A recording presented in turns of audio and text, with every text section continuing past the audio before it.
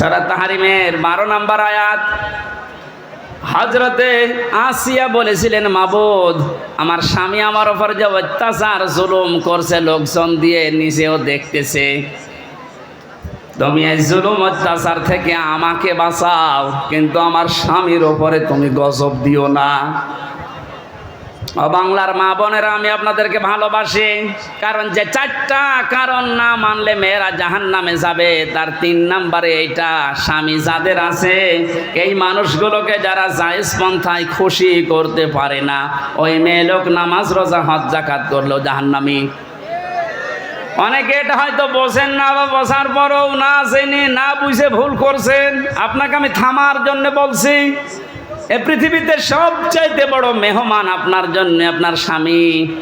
আমি যে উদাহরণ দিলাম যে এই মহিলার মতো এত বড় ভয়ঙ্কর স্বামী দুনিয়ায় কারণে এ যশোর, খুলনা, বাগেরহাট, এ সাতক্ষীরা তো নেই। না না, এত বড় খারাপ স্বামী আছে কার? আছে মানে আপনি কি ওইরকম নাকি?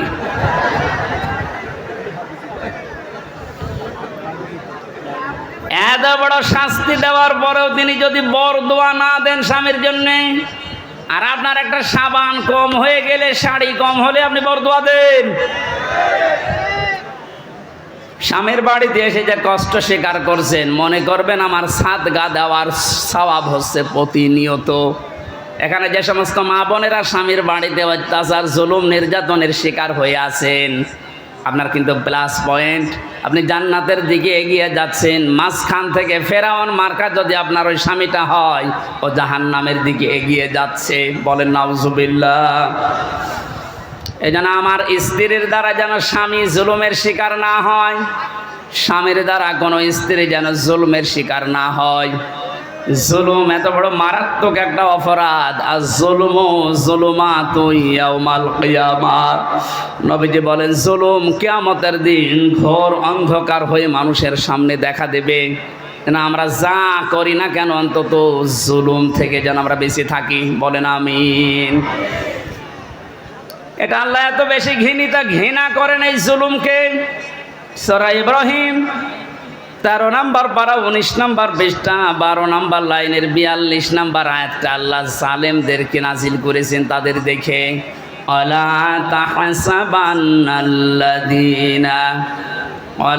তাহসাবান্নাল্লাহা গাফিলান আম্মা ইয়ামালুজ জালিমুন। রব্বুল আলামিন বলেন, নবী আপনি কি মনে করেন যে জালেমদের সম্পর্কে আমি কোনো খোঁজ খবর রাখি না? আমি সব চাইতে বেশি খোঁজ রাখি জালেমদের কাছের উপরে। এই জন্য জালেম বিদায় নিয়েছে। কিয়ামত পর্যন্ত এই দেশের এই চেয়ারে যেন কোনো জালেম বসতে না পারে, সে ব্যবস্থা আমাদের এখনই করা লাগবে।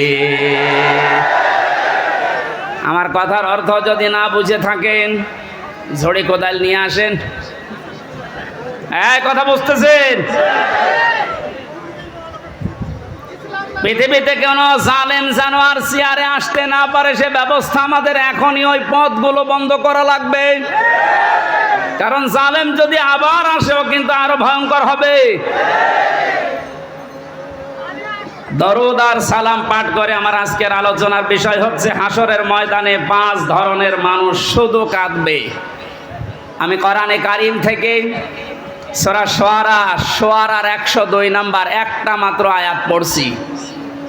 আল্লাহ রাব্বুল আলামিন এই আয়াতে আমাদেরকে আফসোসের কথা জানিয়েছেন। রব্বুল আলামিন বলেন, ফালাউ আন্না লানা কাররাতান ফানাকুনা মিনাল মুমিনিন। কিয়ামতের ওই কঠিন ময়দানে যখন বিচার আচার শুরু হবে, মানুষ বলবে, আল্লাহ একটু সময় যদি আমাকে দিতে, যদি কিছু সময়ের জন্যেও দুনিয়ায় যেতে পারতাম। এই কাররাতান মানে মাররাতান ওয়াহিদা, মানে একবার, একটা বারের জন্য যদি একটু সুযোগ দিতে, শুধু যেতাম আর ভালো হয়ে যেতাম। মিনাল মুমিনিন, আমি বিশ্বাসী মুমিন হয়ে তারপরে তোমার কাছে আসতাম। আল্লাহ পাক বলেন, না, আজকের এই ময়দানে যত ধরনের, যত শ্রেণীর মানুষ এই ময়দানে বসে আছে, দাঁড়িয়ে আছে বিচারের জন্যে, 5 প্রকার মানুষের ভেতরে শুধু কাঁদতেই থাকবে, কাঁদতেই থাকবে। এখন মিলিয়ে দেখেন তো এই 5 প্রকারের ভেতরে আপনি আছেন কিনা। 1 নম্বরে কোরআনে কারিম নাম দিয়েছে তাদের যারা কাফের। কারা? কাফের তো দেশে নেই। কোন মানুষ যদি কাফেরকে কাফের না বলে, কাফের ধারণা না করে, সেও কাফের। এক কথা বুঝতেছেন? আপনি কাফেরকে কাফের মনে করেন না, ধারণাও করেন না, মনে করেন না আমার মতোই মুমিন, আপনিও কাফের হয়ে যাবেন। কোরআনে কারিম কাফের কাদেরকে জানিয়েছে, ইন্নাল্লাযীনা কাফারু বিআয়াতিনা।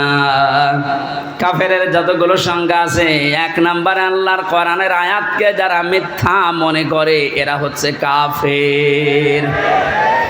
এদেশে এরকম মানুষ নেই? আরো জোরে বলেন।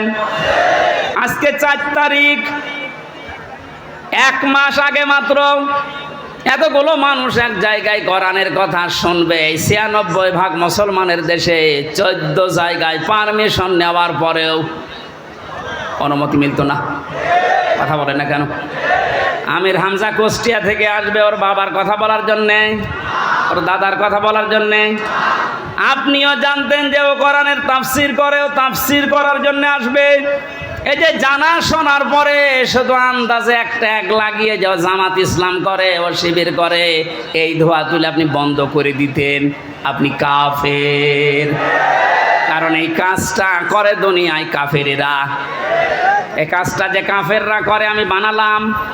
বলেন বলেন।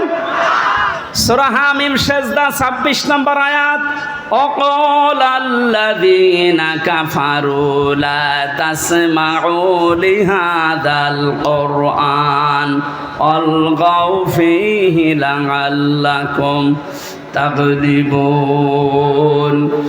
রব্বুল আলামিন বলেন, কাফেররা সিদ্ধান্ত নিয়েছিল 1500 বছর আগে, সব চলতে দাও দুনিয়াতে, কোরআন যেন না চলে।